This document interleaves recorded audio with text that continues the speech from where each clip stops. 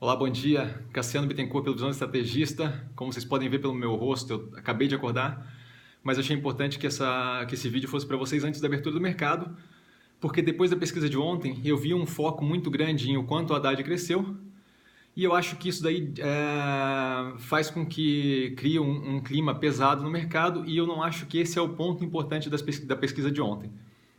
Então, assim, ao invés de focar no absoluto ali de o Haddad ganhar um bloco de votos, eu queria focar justamente no que interessa, para mim, pelo menos, que é o quê? A derivada dessas funções de intenção de voto.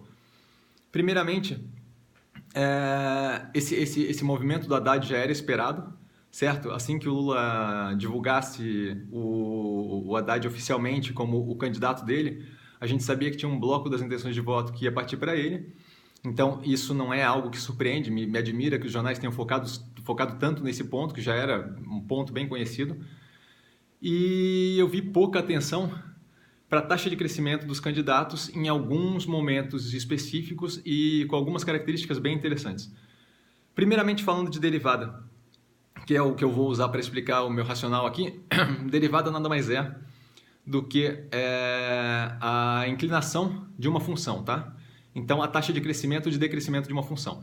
Você tem ali a curva dos votos, certo? Fazendo uma função ali, uma equação, né? Uma função, e a derivada seria o quê? Um bom jeito de explicar é através do consumo de sorvete com o fato de ser cíclico, né? Quando você começa a se aproximar do verão, você tem um aumento do consumo de sorvete. Esse aumento é forte no começo e eventualmente atinge um platô. Ou seja, durante aquele período ali de começo de verão, você tem uma derivada positiva forte, uma segunda derivada positiva também. Por quê? Porque você tem a taxa de crescimento positiva, está crescendo mais quando começa a esquentar o clima, e a segunda derivada positiva também. Por quê? Porque a taxa de crescimento cresce também à medida que vai chegando o verão. Ou seja, você tem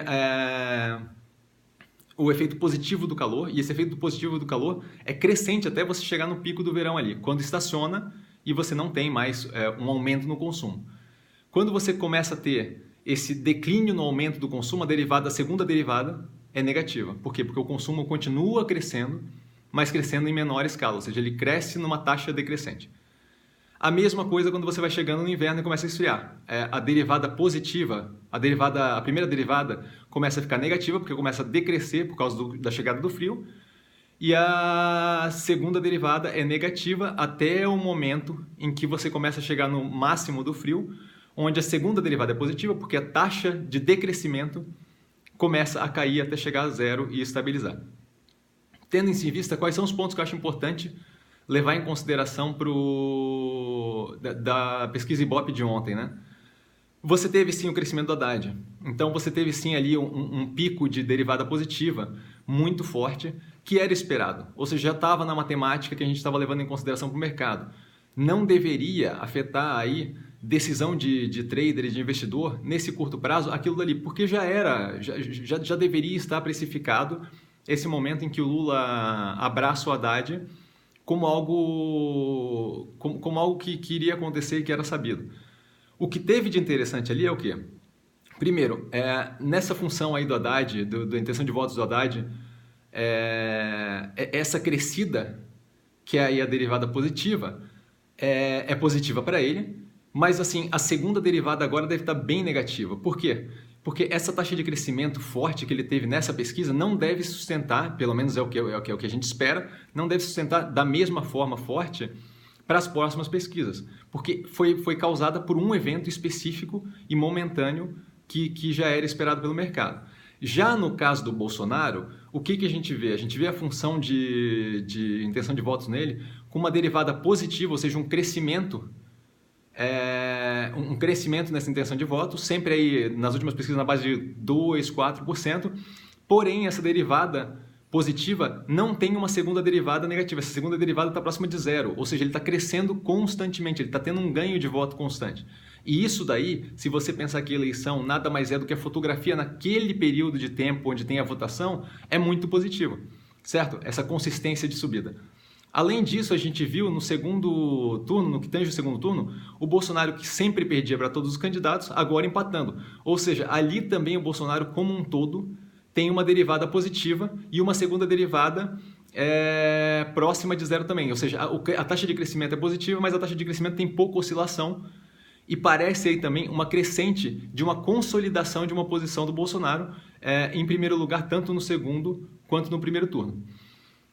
Meu ponto qual é? Meu ponto é que a pesquisa de ontem foi positiva e mostra uma figura onde, sim, nós temos aí oscilações fortes para cima e para baixo, mas é muito necessário lembrar que a única coisa que interessa é qual é o comportamento dessas curvas de intenção de voto até aquele momento específico onde é feito o voto. Porque o segundo lugar não interessa, o terceiro lugar não interessa, tudo que interessa é quem é que vai ter mais votos no primeiro, quem que vai para o segundo turno, ou quem vai ter mais votos no primeiro, no caso de uma vitória no primeiro turno, e quem vai ter mais votos no segundo turno. Ok? Então, eu não sei se deu para entender aí o uso das derivadas e a importância do comportamento da curva, mais do que a importância desses valores absolutos em cada uma das pesquisas, certo? Então, por hoje eu fico por aqui. Só para deixar bem claro para o nosso investidor local aqui, eu acho que o resultado da pesquisa ontem foi bom, mas eu não sei se o mercado como um todo vai entender dessa forma que eu entendo. Então, eu acho que para quem está aí em longo e médio prazo, vale a pena segurar.